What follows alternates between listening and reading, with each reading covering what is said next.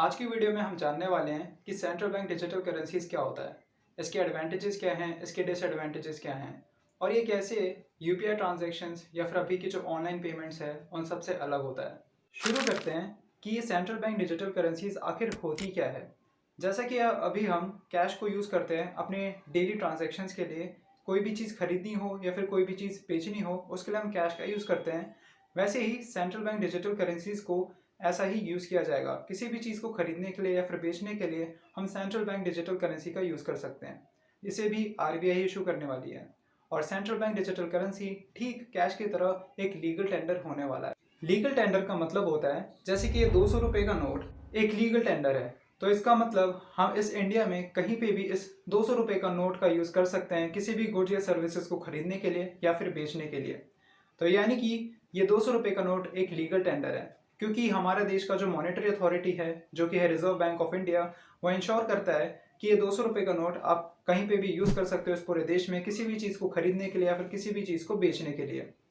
तो इसी तरह CBDC central bank digital currency हमारा लीगल टेंडर होने वाला है, जिसका हम यूज़ कहीं पे भी पूरे इंडिया में कर सकते हैं किसी भी गुड को खरीदने के लिए या फिर बेचने के लिए। आसान शब्दों में कहा जाए तो सेंट्रल बैंक डिजिटल करेंसी बस एक ऑनलाइन वर्जन है हमारे फिजिकल नोट्स का जो कि हम अभी यूज़ कर रहे हैं। तो आपके माइंड में एक डाउट आ रहा होगा कि जो हम अभी के ऑनलाइन पेमेंट करते हैं, यूपीआई ट्रांजैक्शन करते हैं पेटीएम गूगल पे के थ्रू, इसमें और हमारा सेंट्रल बैंक डिजिटल करेंसीज में क्या डिफरेंस है। सबसे पहले डिफरेंस आ जाता है सेंट्रल बैंक डिजिटल करेंसीज और ऑनलाइन पेमेंट्स के बीच डिसइंटरमीडिएशन। जब भी आप कोई एक ऑनलाइन पेमेंट करते हो या तो यूपीआई के थ्रू या फिर कोई भी एक ऑनलाइन मेथड को ऑप्ट करते हो, तो उसमें कोई ना कोई बैंक का रोल प्ले होता है। तो ये बैंक या फिर पेमेंट गेटवेज आपसे कोई ना कोई ट्रांजैक्शन फ़ी चार्ज करते हैं। लेकिन सीबीडीसीज के केस में ऐसा कोई भी इंटरमीडियरी बीच में नहीं आने वाला है। यानी कि आप और जो सामने वाला इंडिविजुअल है जिसको आपको पैसे भेजने हैं, आपके बीच और उसके बीच कोई भी बैंक या फिर पेमेंट गेटवे का रोल प्ले नहीं होने वाला है। तो आपका कोई ट्रांजैक्शन फ़ी चार्ज नहीं होने वाली है। आपके ई वॉलेट के थ्रू दूसरे के ई वॉलेट में डायरेक्टली कैश ट्रांसफ़र हो जाएगा। दूसरा बड़ा डिफरेंस है इसकी underline technology. Central bank digital currencies के केस में इसकी अंडरलाइन टेक्नोलॉजी जो यूज़ होती है वो है distributed laser technology. Distributed laser technology की वजह से डेटा को मैनिपुलेट करना नेक्स्ट टू इम्पॉसिबल हो जाता है। जब भी दो इंडिविजुअल आपस में कोई भी ट्रांजैक्शन करते हैं तो इसकी रिकॉर्डिंग अलग अलग कंप्यूटर सर्वर्स में चली जाती है। तो अलग अलग कंप्यूटर सर्वर्स में डेटा को मैनिपुलेट करना, उसमें चेंजेस ना आना इज़ नेक्स्ट टू इम्पॉसिबल हो जाता है। अब बात कर लेते हैं सेंट्रल बैंक डिजिटल करेंसीज के एडवांटेजेस के बारे में। सबसे पहला एडवांटेज, एफिशिएंट पेमेंट सिस्टम। अभी के जो नॉर्मल कैश को हम यूज़ करते हैं उसको प्रोड्यूस करने में, उसको स्टोर करने में कॉस्ट काफ़ी ज़्यादा आती है। आरबीआई को उसको प्रोड्यूस करना पड़ता है सबसे पहले, उसके बाद उसको ट्रांसपोर्ट करना है बैंक्स तक, उसके बाद बैंक्स जो है उसको डिस्ट्रीब्यूट करेंगे टू डिफरेंट एटीएम्स, तब जाके कंज्यूमर्स के पास वो कैश पहुंचता है। तो इसमें कॉस्ट काफ़ी ज़्यादा इन्वॉल्व होती है, ह्यूमन रिसोर्स कैपिटल काफ़ी ज़्यादा इन्वॉल्व होते हैं। और अगर सेंट्रल बैंक डिजिटल करेंसीज की बात करें तो आरबीआई या फिर कोई भी कमर्शियल बैंक आपके ई वॉलेट में directly central bank digital currencies को ट्रांसफ़र कर पाएगा। E wallet to e wallet यानी कि पीयर टू पीयर ट्रांजैक्शन होता है, जिसके कारण टाइम और कॉस्ट दोनों काफ़ी कम बचता है। दूसरा सबसे बड़ा एडवांटेज आ जाता है ease in financial inclusion. RBI की एक रिपोर्ट के हिसाब से सेंट्रल बैंक डिजिटल करेंसी के ट्रांसफ़र करने या फिर रिसीव करने के लिए आपको कोई बैंक अकाउंट होने की ज़रूरत नहीं है। एक रिपोर्ट के अकॉर्डिंगली अभी भी 18 करोड़ से ज़्यादा इंडियंस के पास बैंक अकाउंट नहीं है। तो यानी कि 18 करोड़ जो जिनके पास अभी भी बैंक अकाउंट नहीं है उनके पास भी पैसा ट्रांसफ़र किया जा सकता है, जिससे कि फाइनेंशियल इंक्लूसिविटी बढ़ेगी। तीसरा एडवांटेज आ जाता है क्रॉस बॉर्डर सेटलमेंट।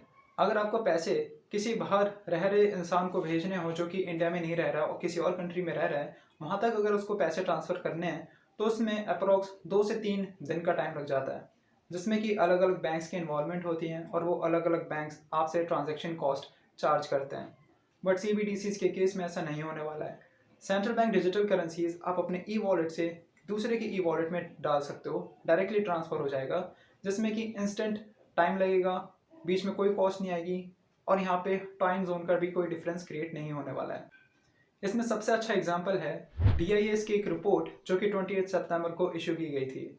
इस रिपोर्ट में people's bank of China, bank authority of UAE, bank of Thailand and Hong Kong monetary authority ने साथ मिलकर एक क्रॉस बॉर्डर ट्रांजैक्शन करा जो कि इंस्टेंटली सक्सेसफुल रहा, जिसको टाइम लगा सिर्फ 2 से 3 सेकंड्स का। बहुत ही कम टाइम लगा, जहाँ पे टाइम लगना चाहिए 2 से 3 दिन का, यहाँ पे कुछ सेकंड्स में ही ट्रांजेक्शन हो गई है। तो अभी बात करी हमने 3 एडवांटेजेस के बारे में जो कि है सेंट्रल बैंक डिजिटल करेंसीज के। अब बात करते हैं इसके डिसएडवांटेजेस क्या हो सकते हैं। सबसे पहला disadvantage, threat of cyber attack. RBI की रिपोर्ट के हिसाब से ये अभी भी क्लैरिफाई नहीं हो पाया है कि आरबीआई कौन सी अंडरलाइन टेक्नोलॉजी को यूज़ करना चाहती है। क्या वो सेंट्रलाइज्ड लेजर होने वाला है या फिर डिसेंट्रलाइज्ड लेजर होने वाला है।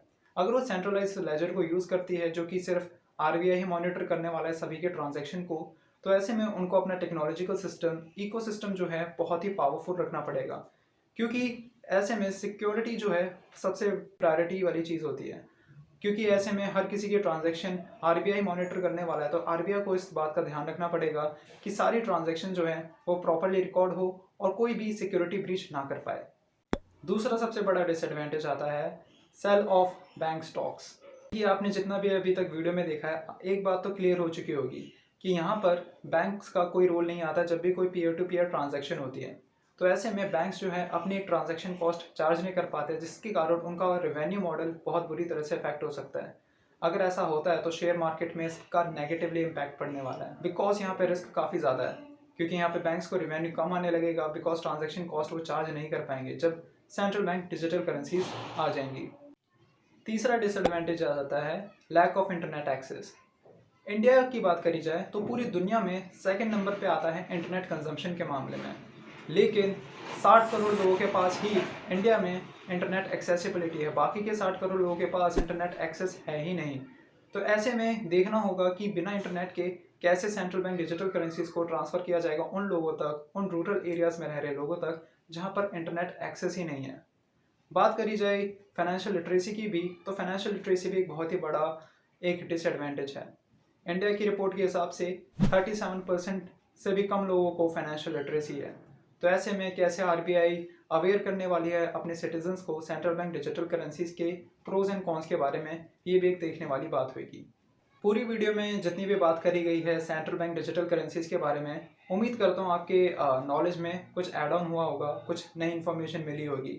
हालांकि सेंट्रल बैंक डिजिटल करेंसीज अगर इंडिया के बारे में बात करी जाए तो ज़्यादा इन्फॉर्मेशन इसके बारे में मिली नहीं है, क्योंकि चाइना, थाईलैंड, नाइजीरिया जैसी कंट्रीज़ भी इंडिया से आगे हैं। वहाँ पे सीबीडीसी लॉन्च करने की तैयारी हो चुकी है और यहाँ इंडिया में दिसंबर या जनवरी में इसके पायलट टेस्टिंग स्टार्ट होने वाली है। तो इसके बाद ही हमें ज़्यादा इन्फॉर्मेशन मिल पाएगी कि आरबीआई कैसे रन करने वाला है सेंट्रल बैंक डिजिटल करेंसीज को। अभी के लिए इतना ही, मिलता हूँ नेक्स्ट वीडियो में। Thank you so much.